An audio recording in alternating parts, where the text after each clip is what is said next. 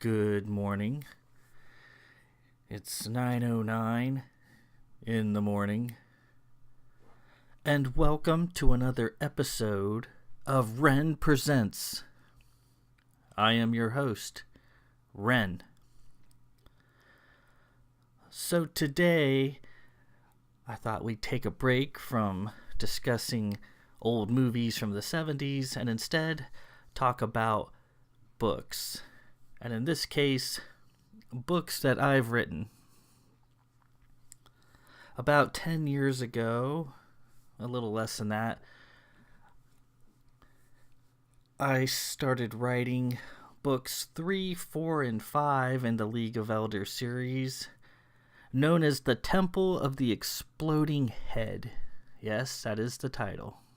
I didn't intend to write it as 3 books. I wrote it as one big book. It was over 300,000 words. And to give you some perspective, usually depending on the spacing, on the font, the margins that have been set, 100,000 words is somewhere around 300 pages. So 300,000 words plus is going to get you in the 900, 950, maybe even 1,000 page range if the font is nice and big. And it was deemed that this book was just way too large, so I had to chop it into 3. And I always disliked that because it wasn't built to be 3. I had to manufacture an ending and so forth for each time. And I always wanted to consolidate these books back into one large single tome, The Temple of the Exploding Head. And that's what we've done. So I wanted to talk about the book, what it's about, the characters that are in it, what I was aiming for, and so forth. I'll try not to segue off into my past like I tend to do, but inevitably I'm sure I will. So I'd started writing the League of Elders series in 2007. The first book went really fast, only took about 4 months. The second book, The Hazards of the Old One, took a little longer, maybe about 6 or 7 months. And it had been my largest book. It was around 160,000 words. And then with book 3, I wanted to go in a slightly different direction. I wanted something more epic in scale. The first 2 books, the first book is kind of spaced out a little bit, but in whole, it only takes a little while to complete. It's not necessarily an epic. It doesn't really have the hero's quest. It just more introduces the characters to each other. Plot happens around them, but there isn't necessarily a large central quest, which is integral to the hero's quest. Otherwise, it wouldn't be a quest. Book 2 did sort of, but again, it wasn't a full-fledged hero's quest. And I thought by the time I got to book 3, it was time for a large character-defining quest. The included in that is the standard coming-of-age story where a child graduates into being no longer a child, an adult, I guess. And the first 2 books dealt mostly with Captain Davidge, the Lord of Blanchfort, and Sigillus of Metatron, eventually Countess Sigillus of Blanchfort. And looking back on it, I love those characters a lot, but they're too perfect. They don't really have, they're not perfect people. Nobody's a perfect person, but their various flaws and weaknesses are fairly perfunctory and don't really come into play in the story at all. I wanted the third one. I wanted the main character or characters to be addled with flaws to be more flawed, and to have these flaws rear their ugly head and shape their life, per se.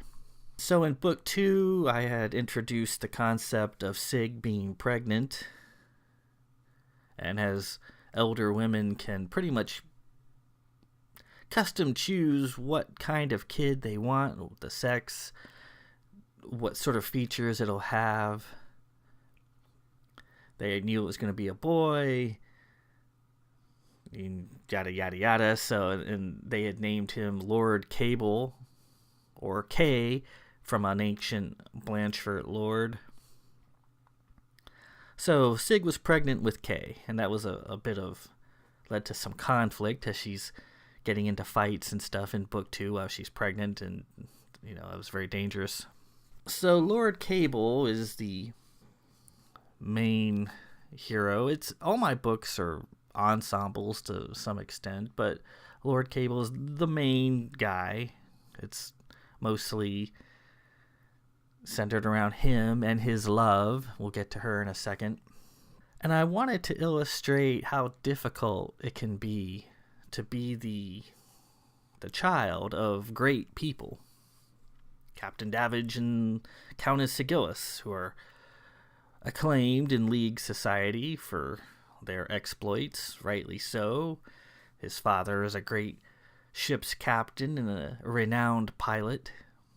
Sig is a ex-Black Hat, from the Zaffin Sisterhood of the Black Hats. She's the first one to be freed from the Black Hat's clutches, so to speak. Very powerful in the ways of silver tech and the gifts and so forth. So, and she was also the first League Countess to sort of take on the business herself. It's never shown in the story, but the Blanchfords' key to their fortune is the manufacturing of cloth and other textiles, and Captain Davidge never took an interest in that. He had a staff of people doing it for him. But Sig, when she showed up, she took an interest in the family business, and eventually she fired all of his staff and took it over himself. So she was a businesswoman per se, and that's didn't happen too often in the League. But so she was one of the first. But Kay, I wanted him to suffer under that, to not feel like he measured up, to be different from his parents.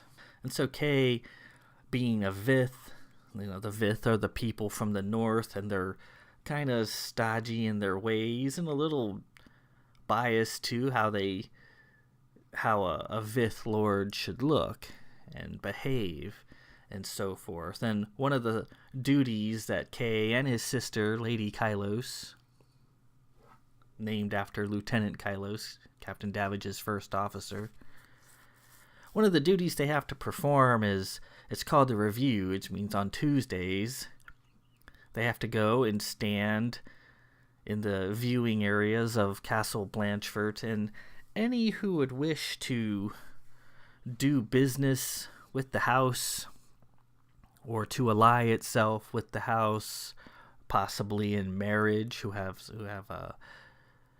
a son or daughter of similar age and marrying stock, can come and review them, and they're forced to stand perfectly still the entire time, like a statue, and the people come by holding their hors d'oeuvres and their drinks, and they look them over, are pretty scathing with their comments. And they loved his sister, Lady Kylos. She's 2 years younger, because she's blue. She has blue hair, which is a Vith thing. It's a big deal to be blue, to have blue hair. And she has icy blue eyes. And she has, according to the sisters, 3 gifts. And that's important. Kay, on the other hand, the eldest and the next Lord of Blanchford, is a mess, according to the people. Instead of blue hair, Or if you're a brown-haired Fifth Lord, that's fine. That's fine. That's an acceptable color. But Kay had purple hair, dark purple, Concord grape purple hair. And that was a mixture of his father's blue and his mother's Silvertech red, kind of a arcane mixing of the two. So he came out with purple hair, and he also has jade green eyes, which sounds pretty exotic, but to the Vith, that's a big no-no. It's like, green eyes, you're supposed to have blue eyes if you're a Vith. If you want green eyes, go be a Xenon or a Remnath. Those are other tribes on Cana.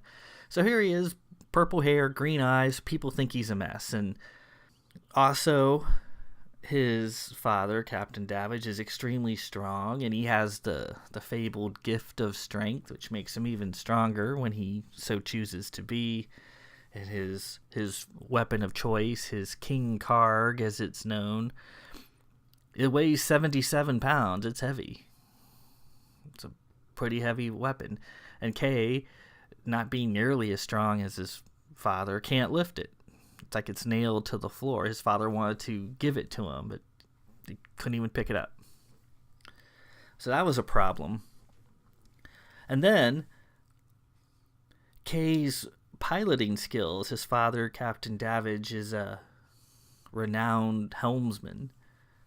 He can fly just about anything. He, fought in who knows how many battles against the Zaffin Armada and always came through without a scratch. Kay's piloting skills are pretty much nil. His cousin, Lord Philip, is a brilliant pilot. Even from a young age, he could fly his father's old Goshawk ship that he used to use during his pirating days, the old Goshawk. And Philip could fly it like he'd been doing it forever, even though he was just a kid. And his sister, Lady Hathaline, also appears to have a lot of piloting skill. She seems to be a natural. Kay has no feel, no instincts. He just can't fly very well. He's not a good pilot. That's another thing for him to stress about. And then the biggest problem is the sight. So you have 6 standard gifts of the mind that the elders gave to the League thousands of years before to help them fight the Hytath hordes. And I hope I'm not forgetting any of them. There's the gift of strength, of stare. You can gaze into someone's mind and see all their secrets. The gift of waft, which is basically you can teleport yourself from point A to point B. The gift of strength. Probably going to have to do this again.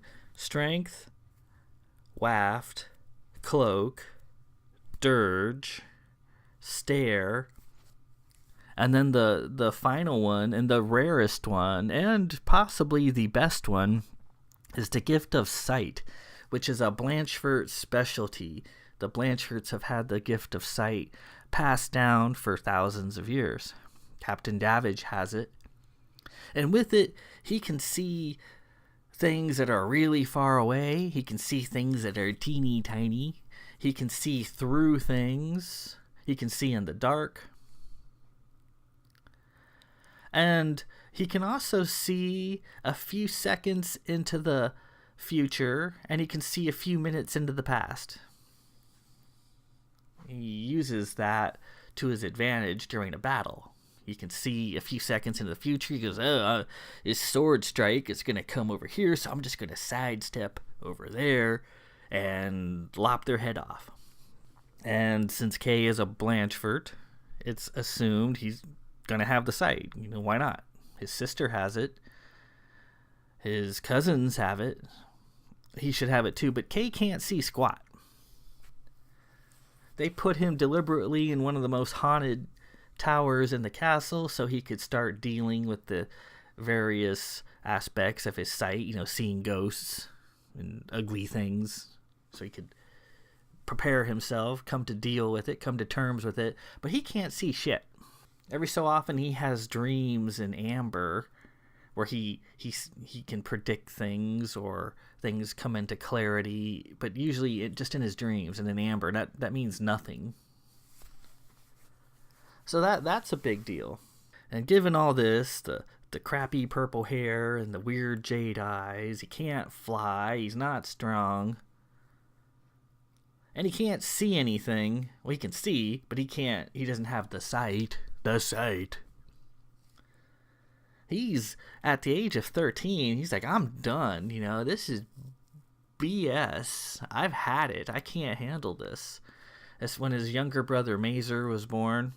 He's like, I'm out of here. And he was planning on killing himself. He was going to throw himself off of Pendar Tower, which is a 4,000-foot drop to the crags below. And if he did it when the water was up, his body would probably just wash away, no fuss, no mess, and the house could move on. So that's the main character, Kay, and you can see I loaded him up with burdens, with things to overcome. And since this is a story of the hero's quest, of a coming of age, we see Kay mature and unfold as the story goes by, as these 300,000 words go by. And you see that he can do quite a bit. He just hasn't given himself credit, or his abilities are different from his parents. And so this is a journey of discovery, which is often part of the hero's quest. And joining him on this quest that he eventually goes on are his cousins, the twins as they're known, Lady Sarah and Lord Philip. And Sarah is the daughter of Lady Poe. Captain Davidge's sister is nothing like her mother. She's rambunctious, hot-headed, loud-mouthed, impetuous. She's got your standard abrasive personality, and I that's how I write her. Sometimes good people are annoying, and Sarah is like that. She's a very good person. She's brave, she's loyal, she's trustworthy, but she's a pain. She has her little library up on the 50th floor of their tower called the Mystery Library, where she keeps all of her stuff. She's into ghosts and ghost stories, monsters, legends, lore, urban legends, anything that's lurid and creepy, unsolved murders. She's into it.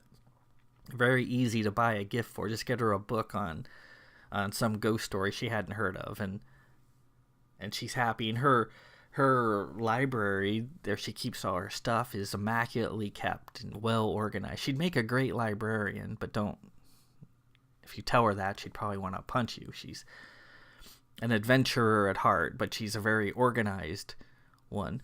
And then her brother Philip also has a love of these things, but he's much more quiet about it, much more cerebral. Very much like his father. He's got a good head on his shoulders. He's an incredible pilot. And he's just content just to come along and stay quiet and take everything in. So those are his cousins. Another character in the book is who seems to be a favorite is Lord Lon. I guess people like the underdog, but because he comes from the house of Probert. Very short, very dumpy, got the Probert look, not overly handsome or suave, but his father is Lord Milos of Probert, who designs the fleet ships, like the New Faith that Captain Davidge flies around in. He designed it. And his mother, Lady Branna of the House of Pitcock, is a well-known scientist in the science ministry. So he's got all this brain power in his lineage, and seems to be a natural. He's very smart, he's very scientific, he's just not very suave. And he walks around in his ill-fitting coat and his buckle shoes, and his mother lets him carry around her Los Capricos weapon. Each house has its own. The house of Blanchford is the Karg. It's like a kind of like a tube that looks like a sword.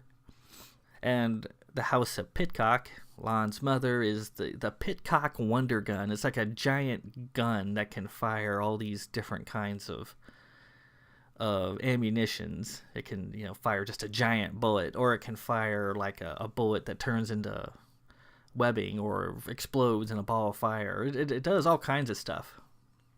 The Pitcock Wonder Gun. And then on his father's side, they have the Saros, which is one of the original, kind of the core 6 Los Capricos weapons I created.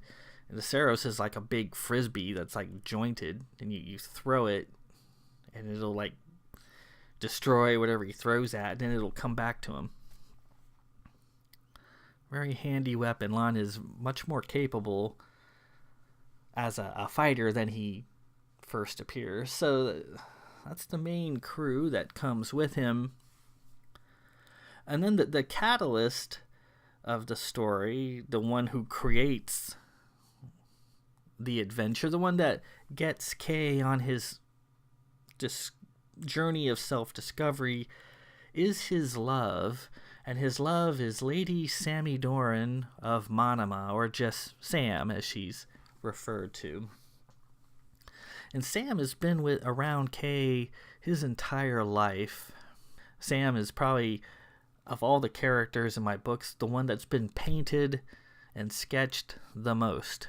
I mean, Sig is a distant second. Lady Alesta of Dare, who comes along in the second series, it gets painted a lot. But Sam is number one. She's got a different sort of look, being a Monoma. She kind of looks like a vampire, possibly. Very pale, coal black hair, and those long, sharp fingernails. You wouldn't necessarily think, just looking at her, that she's the heroine of the story, but she is. And Monoma's got, the more I worked on the story, the more arcane and weird they got. These concepts aren't built in a day, and like a cake, you keep adding layers, and that's eventually the Monomas became what they became. They're basically aliens. They are the indigenous people of Cana, the planet that this takes place on. The League migrated to Cana thousands of years prior. When they got there, the Monomas were there. So they're basically aliens. And there aren't a whole lot of aliens in my books. There's only just a few. And usually when you encounter an alien in my stories, they are just that. They're alien. They're weird. This isn't like Star Trek where that guy's got some funky ridges over his nose, and that makes him an alien. But they're essentially just a human with maybe an exaggerated trait or two. No, these are alien. Their thought processes are difficult to understand. Their motivations are unfathomable. What they want is unknown. Their actions seem hostile, but are they really? And because they're aliens, it's just they don't think like a human thinks. They don't have the same feelings and the same thought patterns that seem to make sense to me, and some people can't wrap their heads around that. But so Sam, being a Monomas tend to have visions of they call them their Arendans if it's a girl, or their Saratilas as a boy. They have a vision, and it's usually of the elder folk, beyond they all live around Lake Monoma, and Lake Monoma is constantly shrouded in fog. So her home is very foggy, and most plants can't grow there except for like lichens, which appear black, and the white amelia plant, which is big in their culture, which grows well in low light.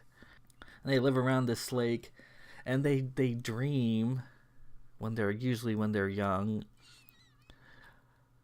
of these people. They're Aaron Dans, and Sam, when she was just 4 or 5, started having a vision of this little boy with purple hair and green eyes, and she became captivated. And most monomas, they have a tradition where, they're very sad people. They live under the heel of these tormentors, and they call them just the demons. And the demons come and take them and use them as warriors. Monomas are very strong and fast. They make ideal warriors, and they breed like rabbits. So these demons, whoever they are, come and take them all the time to use them for various nefarious purposes. Usually, when they start dreaming of these people in their heads, they have a tradition where they take a white Amelia flower and they go down to the Wailing Wall, or the Mourning Wall as it's called. It's just a fragment of an old Inuian fortress. You go and you plant it, and then your dreams will fade. You won't have this vision anymore. And it'll hurt for a while, but it'll be gone. Because if you allow this vision to happen, you're almost guaranteeing that the demons will come and get you. And so there's a belief that it's the demons who give them these visions of these people, and that no good end comes to it. The demons want you to be enthralled by this particular person and possibly go seek them out so that bad things can happen later on. But Sam is very strong-willed, strong-headed, and she didn't want her vision to end.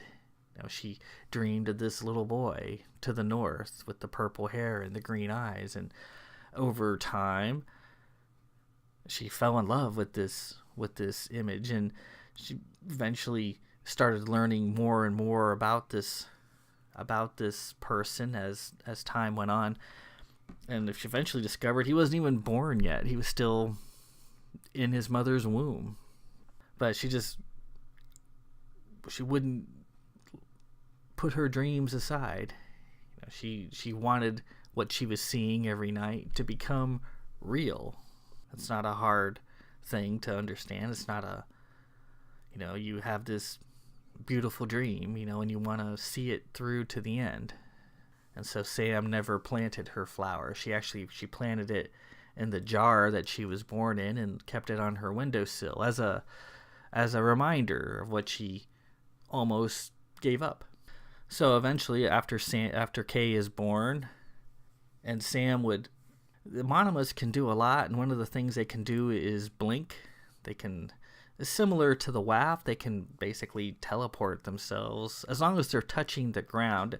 Most of Monoma's abilities, and they have a lot, comes from Kana, from touching the soil. So she has to be in contact with the ground, and when she can kind of transmute her thoughts along the ground. So it's basically like two tomato cans in a string. That old trick. You can talk to each other. You have a tomato can at one end of the string, you pull it tight, you talk, the string vibrates, and then vibrates the tomato can at the other end. It's kind of the same thing, only she's using her thoughts to do that. She can do it over a great distance. All monomas can. They're very primitive technologically because they can do a lot of things naturally that you would need a machine to do. But she would sneak around in his castle, and it was very dangerous because Castle Blanchford's in the north and it's way too cold. One of the monoma's weaknesses is they're very susceptible to cold temperatures. Anything below 60 or 50 degrees will kill them. So Sam was risking her life doing this, and she would have to bundle up whenever she went to the castle, but she would do that, and she would hide and just kind of watch as Kay was born, and then watch him grow up, into his young childhood. And she saw, in doing this, how burdened he was, how his own people were were cruel to him. Critiquing his purple hair and his green eyes, and she would sing to him at in the night, and Kay would hear this, and he would not quite, he was like, where's this voice coming from? He never could see anything unusual, but he would hear things a lot. And one of the things he heard was Sam singing to him. And Sam could never just reveal herself to him, come to him one day, here I am, I love you. And so we'll halt for a second and talk about the concept of insta-love. And that's one thing you want to avoid as a writer when you're creating your story. You don't want two people to meet and go, wow, I love you. I'm ready to lay it all on the line for you. I'm ready to sacrifice everything. My life, my family, my home, any possessions I have. I love you. I just met you. I don't know your name yet, but I'm yours. You want to avoid that. That's a cliche.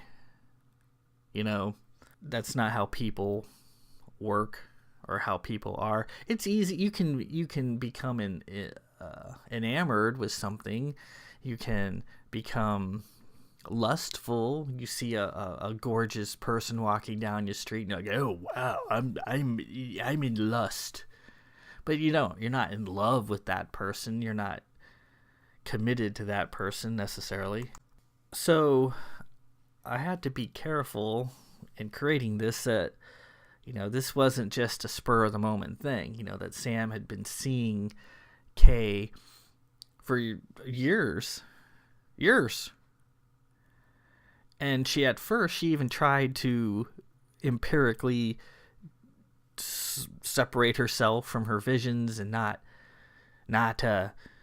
get too carried away with all this stuff, But eventually, she lost herself to these visions, to this little boy, and she would even see him as a man, and she could, in her dreams, feel his arms around her, and she felt so safe, and she felt so content, But that didn't happen overnight. It took a long time, and she also knew, she's a manama, and he's an elder, and manamas are considered strange and weird because they are strange and weird. Manamas and elders usually don't hang out together. Her grandmother, the Countess Hortensia of Manama and Astralon, was the personal seeress for Captain Davidge and Countess Agilla. She was their fortune teller, basically. And that's an accepted thing Manamas do in elder society, see the future and other more seedy things. That's tend to be what their role is. They don't really do much else. So Sam was constrained by this fact that the elders and the Manamas just don't really hang out together very much. And another problem, I mentioned Sarah of Blanchford and her love of the lurid and the bizarre, and one of her favorite topics are berserkicides. And she loves them. She loves to talk about berserkicides and read stories about how they appear in someone's bedroom and, in the middle of the night and try to kill you. And a berserkicide is a manama, just like Sam, that has been transformed into a monster. The berserkicides are demented and vicious. You can't be reasoned with. All they want to do is create chaos and mayhem, and usually murder. That when you encounter a berserkicide, it's going to try to kill you, and there's no reasoning with it. There's nothing you can do except kill it if you can. And they have 4 arms, which is weird. Like, they have 4 arms ended in death-dealing claws, and they usually also have a hole between their eyes and their head that gushes fluid. And any manama at any time is said to have the potential to become a berserkicide. And the in general elder lore, the cause of this is unknown. What triggers it? If there's any way to prevent it, it's not known. Hasn't really been researched, and it's not like they're a common thing. They're very rare, but they do happen. And Sarah, Kay's cousin, loves to talk about berserkicides, and whenever the Countess Hortensia would appear at the castle to tell their fortunes, Sarah would be like, "Oh my God, the witch is here, and she's going to turn into a berserkicide this time, and she's going to try to eat us." So Sarah was always filling Kay's head full of these lurid stories about berserkicides, and berserkicides are monomas, and Sam is a monoma, and so she could never felt at ease just to show herself to him, to present herself. And she would ask her grandmother, "Do you think Kay is ready to see me? Can I appear to him, or can I go to him?" And she would say, "No, give it a little more time. He's just a kid." Sam is about 5 or 6 years older than Kay, and Kay was still just a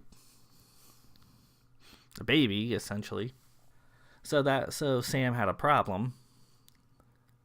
How do I present myself to this person whom I love, and how do I not freak him out? Because he's just a kid. So that begins the story of the Temple of the Exploding Head. How Kay and Sam meet, and how Sam just eventually appears to him just as a voice. She can transmute her thoughts along the ground, and Kay was visiting a hidden chapel in Castle Blanchford. There's a lot of those, and while Kay was offering a blessing to his ancestors, this statue he was standing in front of just starts talking to him, and it's Sam's voice.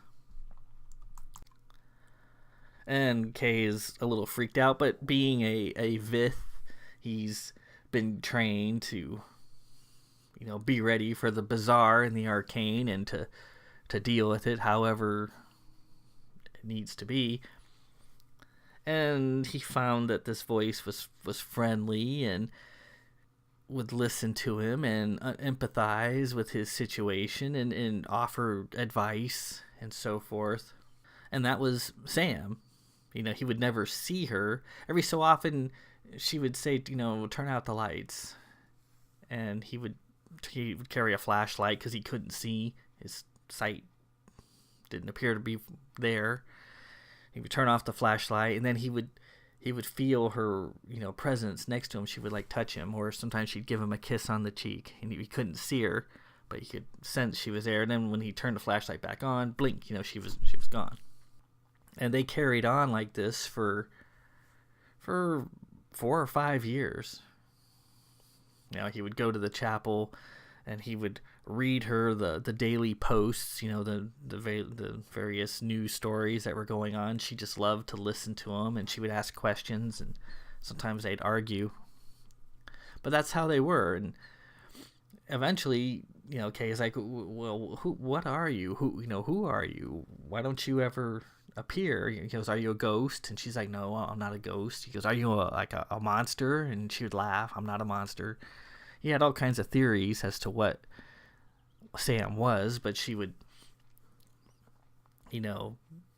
laugh and put him aside. And eventually, he talked her into meeting him face to face, and it was a disaster. She tried to disguise her appearance. Monomas can do that. They can change shape topically. And she tried to present herself as a Xenon girl, and a Xenon girl is small and petite and usually blonde. But they met outside in the Telmus Grove, where it's very cold. Now, Kay, being a Vith, is immune to cold. He doesn't really feel it. Sam, though, is in mortal jeopardy. She can't be out in that cold for very long at all.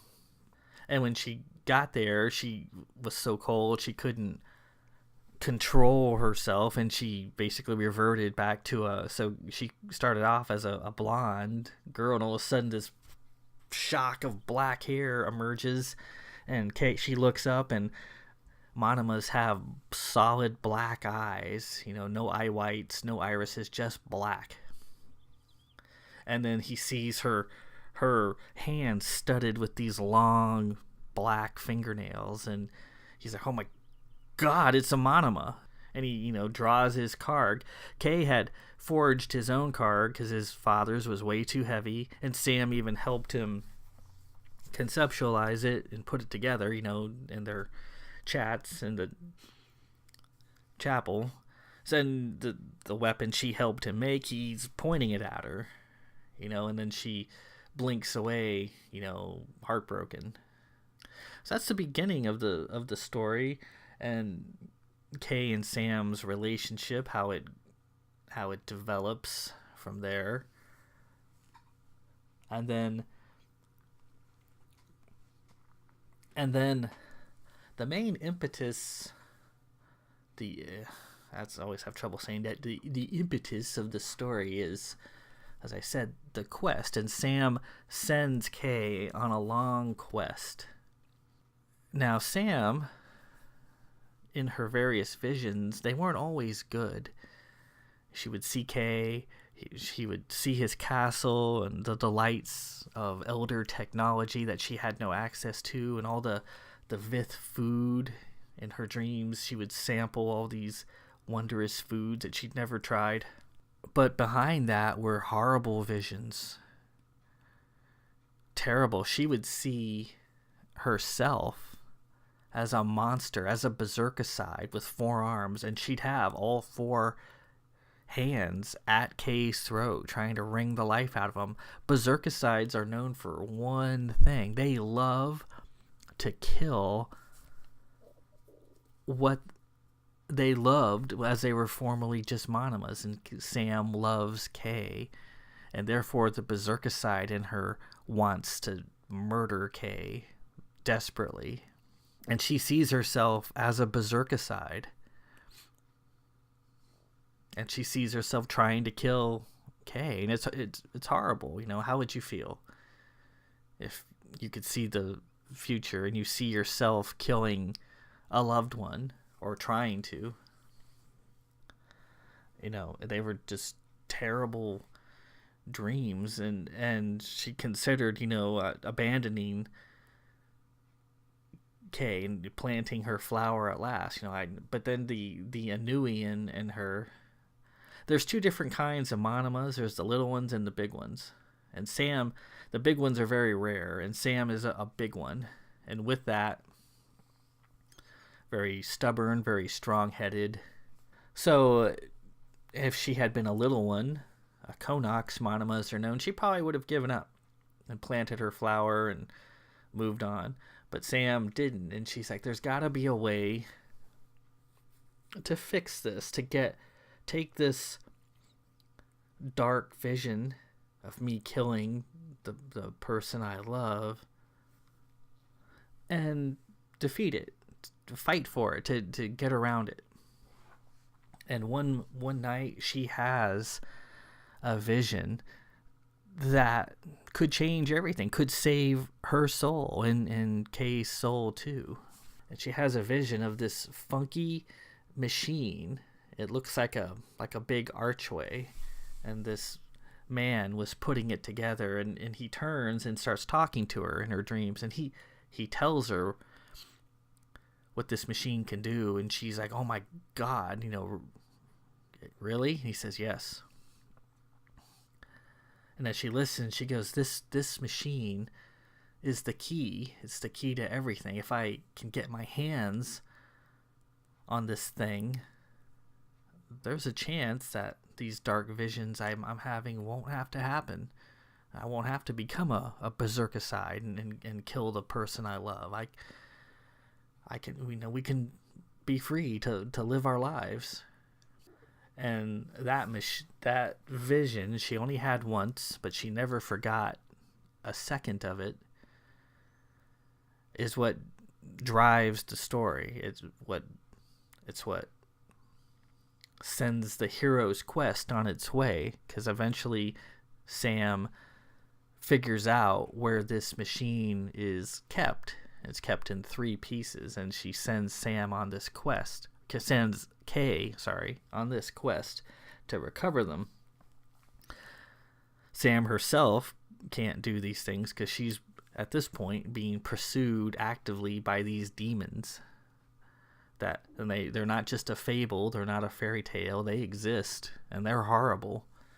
They're skinless, bleeding, stinking creatures, usually with body parts attached to them in places where body parts don't normally go. And they just love to torment Sam and her people. They love to take them in the middle of the night and turn them into berserkicides and use them as monsters, for all kinds of unholy purposes, to do all the heavy lifting, per se. And these demons are all associated with this terrible place that's in the ground called the Temple of the Exploding Head. And that's where all the bad things on Cana come from, is this horrid temple. And that's eventually where the hero's quest takes Kay and his cousins, is into this place of utter evil, the Temple of the Exploding Head. Otherwise, I wouldn't have named the series that, right? Yes. So the temple itself had its genesis all the way back to my college days at the Ohio State University in Columbus, Ohio. And if you're a Buckeye alumnus and you're worth your scratch, you always refer to the mother school as the. That's how you do it. And all the things I write are based off of things that I love. Some authors like to write about their angst and their sadness and their fears and their anxieties. Me, I take things that I love and I stick them in a blender and they squirt out there onto the page. It doesn't matter how dark the writing might get. It's all based off of love.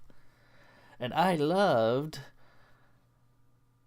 when I was in college, to play role-playing games. I was intoxicated throughout my college career, not by booze, although that happened occasionally. I was intoxicated with the whole gaming thing. So after spending my freshman year at Wright State University in Dayton, kind of following in my sister's footsteps, she went to Wright State, I transferred to Ohio State. And lo and behold, who do I find there is Phil and Mike, 2 of my high school buddies. We were in the marching band together.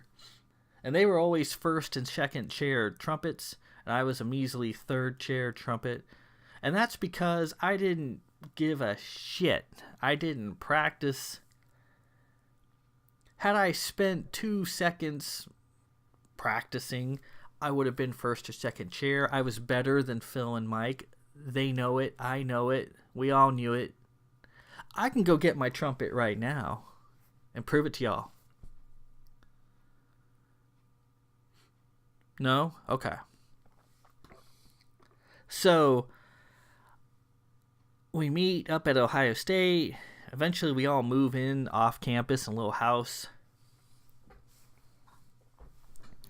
And they were into gaming, usually AD&D 2nd edition. Had just come out, and I had played the original D&D as a kid, in junior high school and stuff, but I wasn't playing it correctly. We were playing it more like a board game than a role-playing game.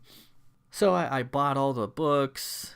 I bought dice and paper, and we started playing, and God, it was fun. It was so fun just to come home. I didn't have a care in the world. I was going to school. Mom and Dad were paying for everything. And I mean everything. I had no debt. Holy crap. I was debt free. Whew. And we would come home, have our dinner. Then we usually, at least 3 or 4 times a week, start playing. And we didn't play just D&D.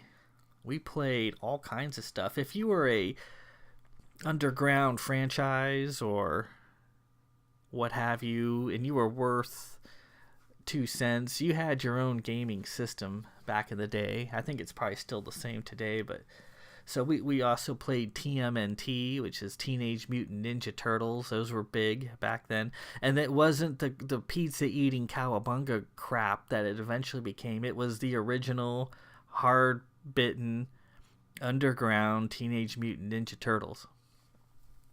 That was before they sold out, and it was actually good. And we played that, and we loved it. And we even LARPed. We were like, we're going to go crawl around in the sewers and have an adventure.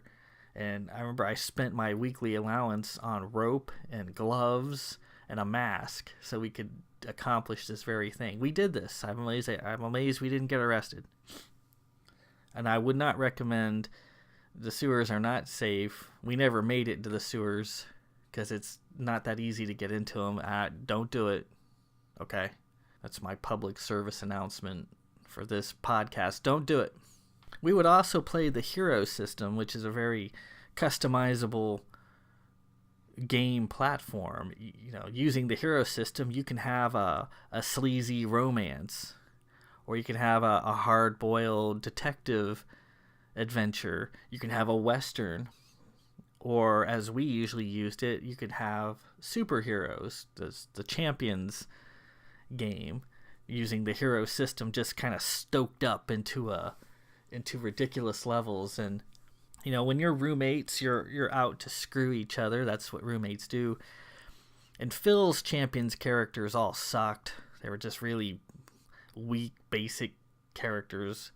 Mike, on the other hand, his characters were like pumped up into the stratosphere. He would find loopholes and ways to job the system, to exploit the system, and he would create super tough characters. And then me, being a newbie, I would look at Mike's characters and see what he did, and then I would create a character specifically to take down his characters. I mean, that's what you do when you're roommates. You find ways to screw each other. So that was Champions, and that eventually comes into play in the Temple of the Exploding Head. But one of the D&D adventures that it took us over a year to finish, and that just remains this glowing ember in my memory. Just thinking about it just brings me back to my college days and how much fun I was having.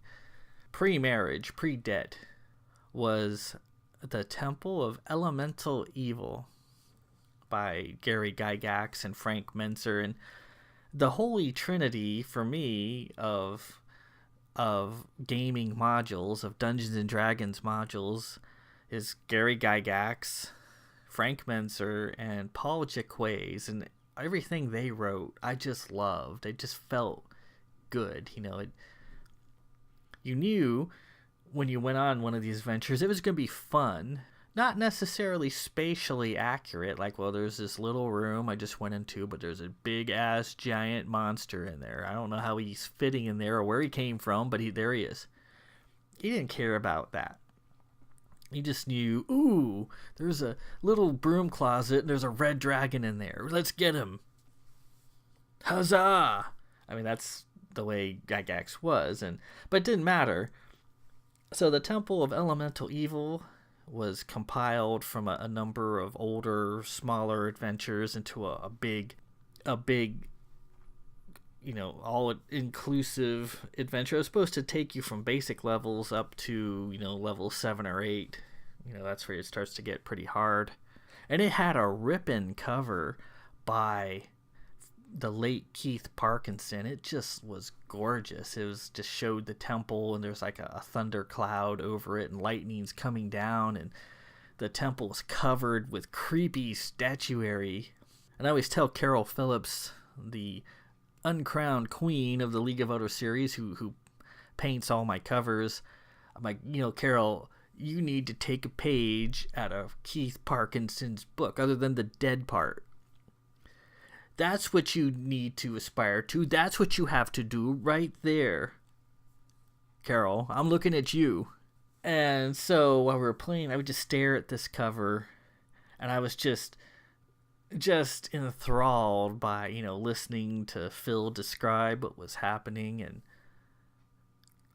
and I realized, if I ever start writing down these stupid ideas I've got in my head, and I've got a lot of them, I'm going to have me a temple. That's right, I'm going to have a temple. And I'm going to call it, and I remember I had a blank piece of paper, and I just scrawled down the Temple of the Exploding Head. I just wrote it. And Phil's like, what are you writing? I'm like, nothing. Shut up. Temple of the Exploding Head. So this is circa 86, 87. I hadn't started writing yet. That wouldn't come for another 20 years, basically.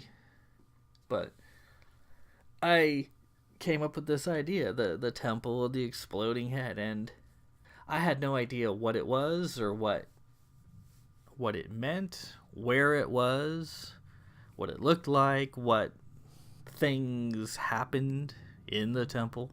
I just had a name. But one of the things I can do, every author's process is different. Some need to constantly be taking notes. If you're at the grocery store, you have a good idea, you get out a notepad or your phone and start writing or speaking, get this idea recorded so that you can access it later, because sometimes these thoughts come and go. And some authors are outliners. They basically outline the entire story and then they start writing somewhere in the middle and then do it that way. Me, I don't write anything until it's time to write, but I usually can remember these things that I come up with. They just sit there in the back of my head. I always imagine it like a spring-loaded toy. You wind it up and it starts moving. And so this Temple of the Exploding Head, of which I knew nothing, just sat there in my skull for 20 years. And then I'd written, finally in 2007, after tax season of all things, I got the urge. I wrote book 1 in about 4 months, and I wrote book 2 in about 6. And then when it came time for book 3, I was going to do another concept that I had in my head that I thought was cool, called the Shadow Tech Goddess, which was kind of related to book 2. But again, as with the temple, I had a name and a vague concept, but nothing resembling a story to go with it. So I'm like, well, I'm going to have to shuffle this off till later, and it wouldn't be till book 8 that the Shadow Tech Goddess showed up. So I go, finally, I'm ready to do this Temple of the Exploding Head. And I've got Kay, Lord Cable, and I've got his cousins, and I got Lady Sammy Doran. It's time to flesh out this temple. And a byproduct, a consequence of writing the way I do, is lots and lots of rewrites. I start writing, and then I hit the brakes. You have to kind of have a helicopter eye view when you're writing. It's like, well, is this any good? You actually have to ask yourself this question, and some authors don't and can't see that. But I'm fairly good at that. I can go, well, what I'm writing, I kind of like it, but I don't know if anyone else will, so I gotta change up. So the story went through a number of different processes. Sam, as I mentioned, she's a Monomo princess, and the Monomos are crazy with the pale skin, the black eyes, and the big claws. She didn't start out that way. She started off as a girl, just a normal elder girl, and in fact, she was just like a Calvert. She was working in a laundry room. She didn't. She was just a normal kid. When she had the ability to create what I called kalanju, these like focused bits of emotion that she could like send at people and make them do different things. And she, because of the skill, she had been recruited into this clandestine organization known as the Spectres, and the Spectres wanted her to create killing Kalanju, you know, that she could like kill people with her thoughts. And one of her initial tasks was to kill Captain Davidge. You know, she saw him sitting at a cafe, and it was her task to create a death Kalanju and send it to him. And it would kind of like sit there on his shoulder until the time was ripe, and then it would attack and kill him. But Sig, Captain Davidge's countess, was adept at detecting these Kalanju, and she would like imprison them and put them in a bottle, and had a whole room full of them at Castle Blanchford. And even though her task was to kill, Sam wasn't a killer. She had a good heart, and her heart just wasn't in it. So the Kalanju she created was full of all of her emotions and stuff. And so initially that's what Kay was talking to. You know, when he was talking to Sam's voice, he wasn't talking to Amonima, transmuting her thoughts. He was talking to this spirit that she had created. And in fact, the original first part of the book, of book 1, was called The Lady in the Bottle. But then I scrapped it. I'm like, this isn't going anywhere. And it was the same with the temple. I'm like, okay, if I'm going to call this series A Temple of the Exploding Head, the temple better be cool. Yeah, you know, it's got to be cool. And initially, I stuck it in the city of Wham.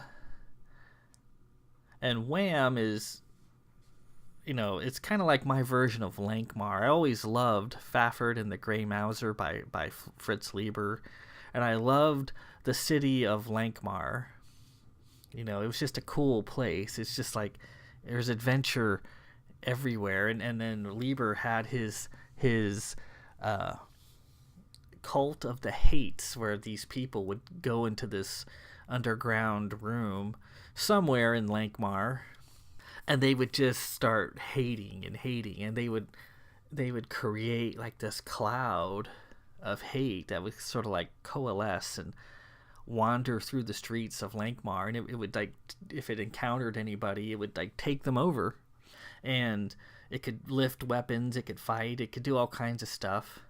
And when I was like, I not only had to have a temple, you know, based off the temple of elemental evil, sort of, I needed a city that was cool, like Lankmar, and Wham was intended to be my version of Lankmar. You know, it's this giant city full of the arcane. It's the home to over 100 black hats. It's an enemy city. You know, Zaffin cities are always funner or cooler than League cities. So it was in a Zaffin world, and the people there are on a high evolutionary arc. Lady Thomasina, the 19th of Wham, can fly because she's highly evolved. Don't spend any time thinking about that. It just go with it. She can fly. And so initially the Temple of the Exploding Head was going to be plunked right. It was going to be very urban. It was going to be right in the middle of downtown Wham. And no, get George Michael out of your head. God rest his soul. But my city of Wham and George Michael's Wham are not the same. They're not spelled the same. Wham is W-A-A-M, and George Michael is W-H-A-M exclamation point. Get it right. Get George Michael out of your head. So, the temple was going to be right in the middle of cosmopolitan Wham, and it was going to. And if I'm guilty of a lot of things, you know. But I'm really bad with dimensions. I just don't care. I reach for the stars. You know, like Sig's temple in the city of Metatron was 5,000 feet high. And I'm pretty sure there are no human structures ever conceived that are 5,000 feet tall. I think we're stuck around the or somewhere around the 2000 range at this point in time. When you're getting towards a mile in height, that's pretty extreme. So the temple, I was going to go big. I'm like, the temple is a mile long and it's 1,000 feet high.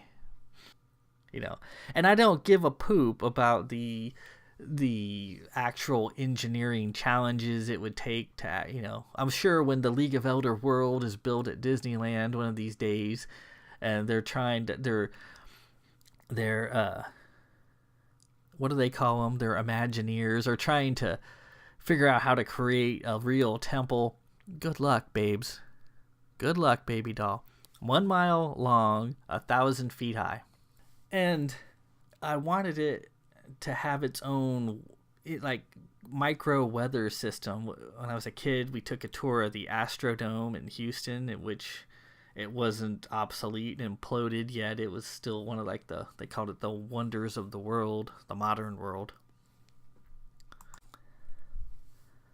And as we were taking our tour, the lady giving it said, the temperature had to be carefully monitored inside the Astrodome or it would rain. Like, well, that's cool. Can we do that? Can we watch it rain? And they didn't. And then during Katrina, that actually happened, where people were taking refuge inside the Superdome, and due to the humidity and the lack of power, from all the heat from all the people in the Superdome, it clouded up and rained. Not a pelting downpour, just a little mist, but and I'm like, that's cool. I'm like, so even the temple's 1,000 feet high, mile long. I imagine just thick, bloated, ugly clouds inside the temple, so you couldn't even see the ceiling. It's just a stormy sky that would rain, and not just a mist. It would actually rain, get you soaked, rain, and it would lightning too. A temple is supposed to be a very dangerous place, and you could get struck by lightning like that. So, but that's one of the many perils of the Temple of the Exploding Head, and lightning is one of them. Then I had the family of priestesses. There was supposed to be priestesses that had been in this temple for literally hundreds of thousands of years. There's me again with my insane measurements, hundreds of thousands of years.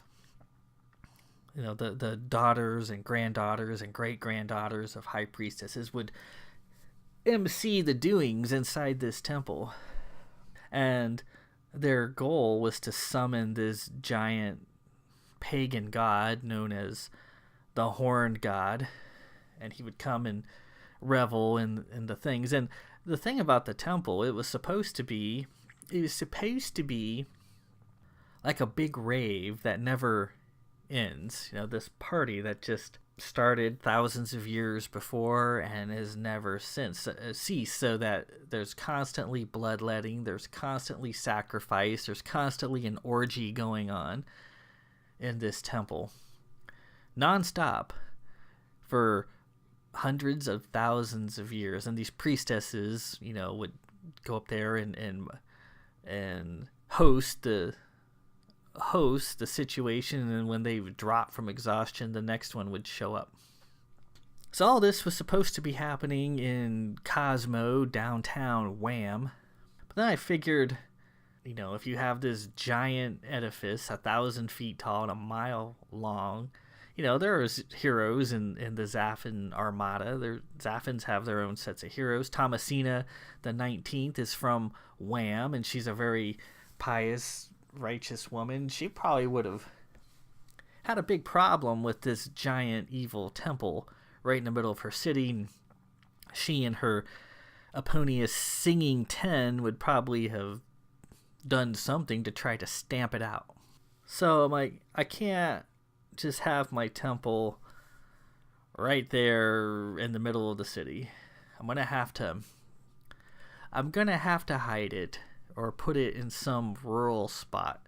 So, scratch Wham, scratch the townhouse like Cosmo setting, and instead we're gonna put it on Cana. I figured Cana is supposed to be a very placid, very fertile world. We're supposedly free of danger.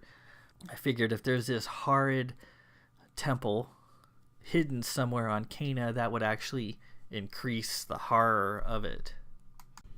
So I took the temple, got it out of Wham, put it on Cana somewhere, and then I buried it in the ground. The idea of it being underground started to appeal to me. That would take some of the pressure off of having such a huge structure above ground. That's an obvious focal point for any hero that might want to make a name for themselves. Buried it underground with no door so that you can't just walk into the temple. You got to do some sort of super heroic act to get in. You have to like teleport or waft or transport. You can't just walk in. You have to take some sort of extraordinary measures to get in, and I thought that would be really cool. And so the whole issue of where is this horrible temple is an important question, because nobody knows. Even though in book 2 I say exactly where the temple is located. In so many words, I don't actually come out and say this is a temple of the exploding head, but it's pretty obvious from the way I describe it. And nobody, as far as I'm aware, has ever made that connection. Maybe somebody has, they just didn't say anything. So I could keep going on and on. I don't really want to give away the plot too much, but that's the Temple of the Exploding Head. It was written as 3 books: The Dead Held Hands, The Machine, and then The Temple of the Exploding Head.